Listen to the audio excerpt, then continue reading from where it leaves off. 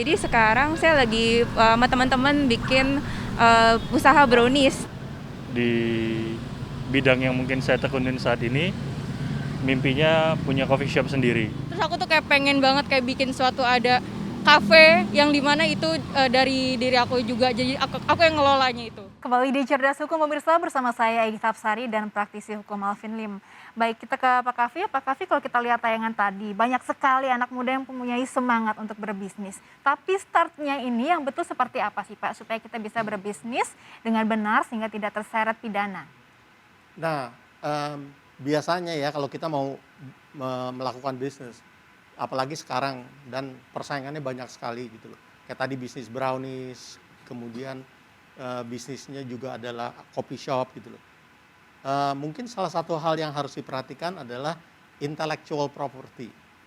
Jadi mengenai masalah merek gitu loh, resep dan seterusnya, itu mungkin bagian yang pertama, jangan sampai melanggar hukum gitu loh. Dan nanti bisnisnya udah hebat, udah luar biasa, tiba-tiba dituntut, disomasi sama kompetitornya, dikatakan bahwa dia mencuri merek, mencuri resep dan seterusnya. Jadi hal-hal seperti itu mesti diperhatikan dengan seksama gitu loh. Tadi ya intellectual property-nya ini ya. Iya, intellectual property-nya. Nah, Pak Alvin, supaya kita tidak terseret dengan faktor-faktor intellectual property dan juga hak paten ini, bagaimana seorang pebisnis muda ini harus memulai bisnisnya? Jadi cara yang termudah adalah dia harus pastikan bahwa dia punya modal yang cukup ya. Modal cukup. Jadi yang namanya modal itu bukan hanya cash. Modal itu ada modal, contoh human power itu atau tenaga kerja itu juga sebenarnya dibilang modal atau kapital bahasa Inggrisnya ya. Jadi kalau dia sudah punya permodalan yang cukup dalam hal misalnya keuangan cash flow dan tenaga kerja atau human resource, maka yang berikutnya harus dia lakukan adalah sebenarnya sewa legal consultant. Ini penting atau ya. harus punya lawyer, itu penting sekali. Jadi kasus yang sangat simpel dan lucu di Amerika, tadi kan kalau kita lihat banyak yang mau buka kafe ya, banyak mau buka coffee shop. Nah di Amerika itu ada seorang nenek-nenek pesan secangkir kopi. Karena secangkir kopinya itu terlalu panas, dia minum ketika sangat panas, bibirnya melepuh di situ. Ya karena mungkin pegawai lupa dia taruh kopi masih mendidih, dia taruh, dia kasih kan. Nah itu coffee shop itu dituntut, itu sebenarnya McDonald pas di Amerika ya, dituntut oleh nenek-nenek itu $1 juta dan Wah, ini dimenangkan nilai yang oleh tidak pengadilan. kecil dong ya. 14 miliar itu. Akhirnya Cuma karena merugi dong ya. kepanasan. Oke, nah menurut Pak Kavi sendiri apakah pebisnis di Indonesia ini sudah cukup aware nih dengan hal-hal yang disampaikan Pak Alvin? Gini, kalau di Indonesia kita belum saklek hukum, jadi masih banyak gitu loh ya hal-hal yang ini, dan banyak sekali kejadian-kejadian seperti itu yang akhirnya damai gitu loh, damai kemudian tidak dibawa ke ranah hukum karena kita belum saklek hukum gitu. Tapi kita suatu saat akan ke sana gitu loh. Jadi makanya para pebisnis mulai juga nih harus sadar hukum dan tertib hukum.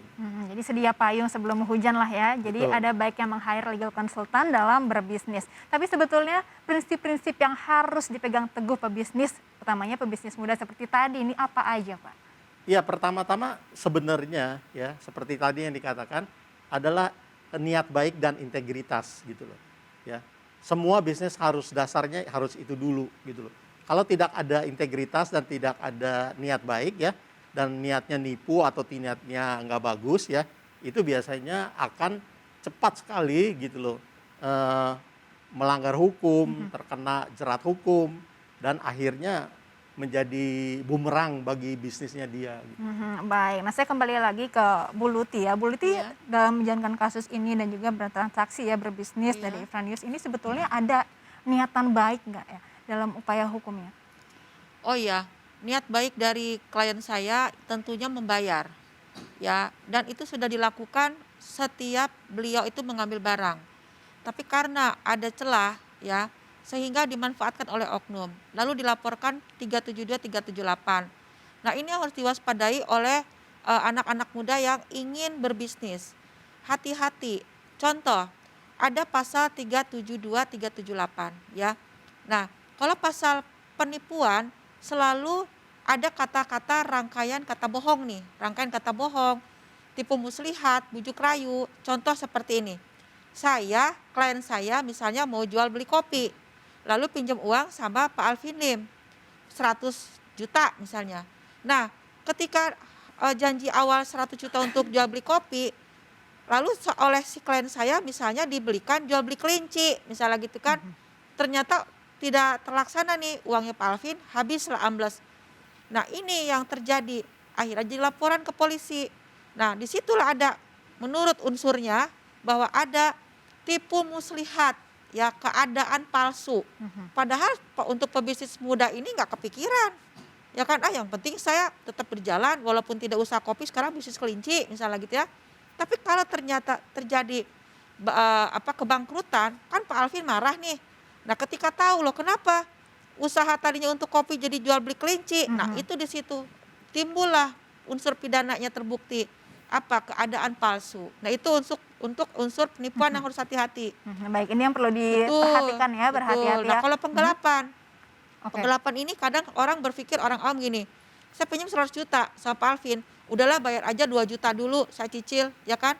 Nah, dipikirnya bos sudah gugur, itu menjadi perdata. Nah, ini yang menjadi blunder.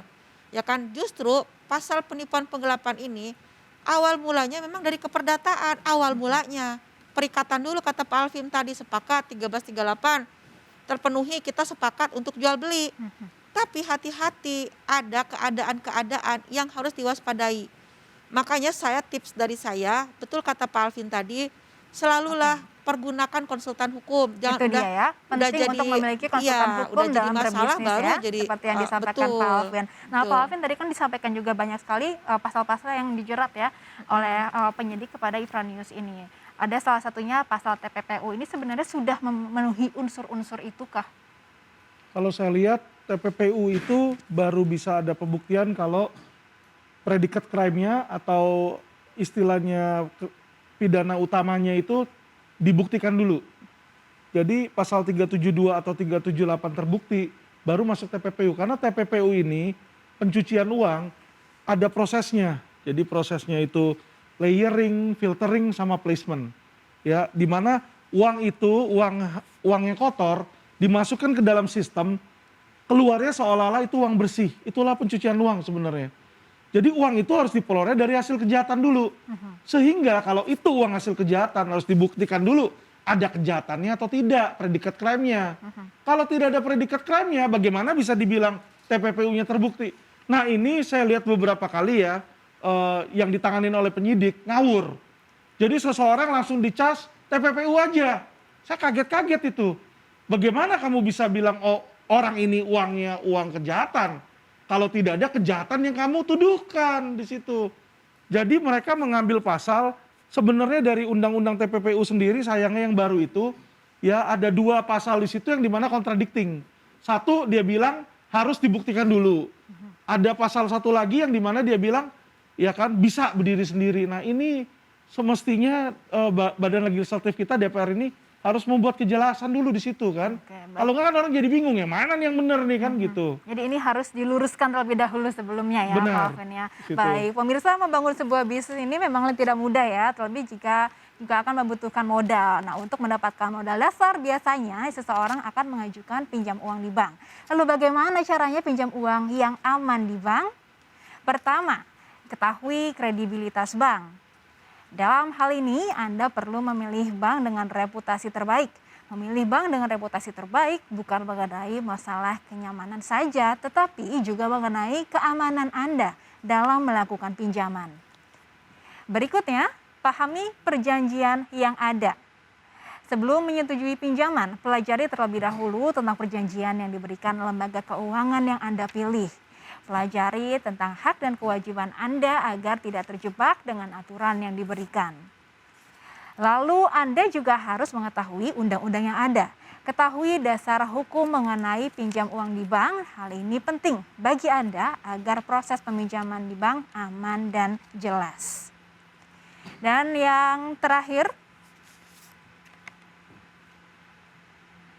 pahami risiko yang dapat terjadi.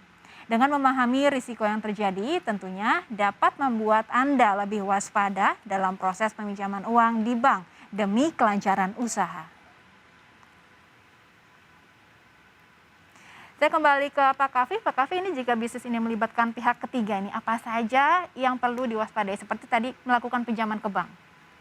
Ya, tadi ya, kan seperti biasanya yang sering kali nih ya, kalau terjadi negosiasi dalam bisnis ya, kadang-kadang ada pihak-pihak yang oversell atau overpromise gitu loh. Nah, kita tuh harus benar-benar mengerti substansinya tuh apa, dan kalau sudah dilakukan secara tertulis, dia tuh mengerti betul logikanya, flow dari logikanya itu, dia mengerti betul, dan kemudian dia tahu celah-celahnya itu udah benar-benar tertutup. Jadi dia benar-benar mengerti. Nah, kalau dia udah mengerti itu, dia biasanya lebih aman. Tapi kalau dia merasa gampang aja, udah ajalah, teken aja, itu yang biasanya menjerumuskan dia ke berbagai masalah. Jadi semakin banyak pihak yang dilibatkan, ini kita harus semakin berhati-hati ya dalam menjalankan bisnis. Terima kasih Pak Kavi, pengamat bisnis yang sudah hadir bersama kami di studio malam ini. Terima kasih. Dan pemirsa, apa saja yang harus diperhatikan pengusaha muda agar paham mengenai hukum bisnis dan terhindar dari masalah hukum? Sesaat lagi tetap di Cerdas Hukum.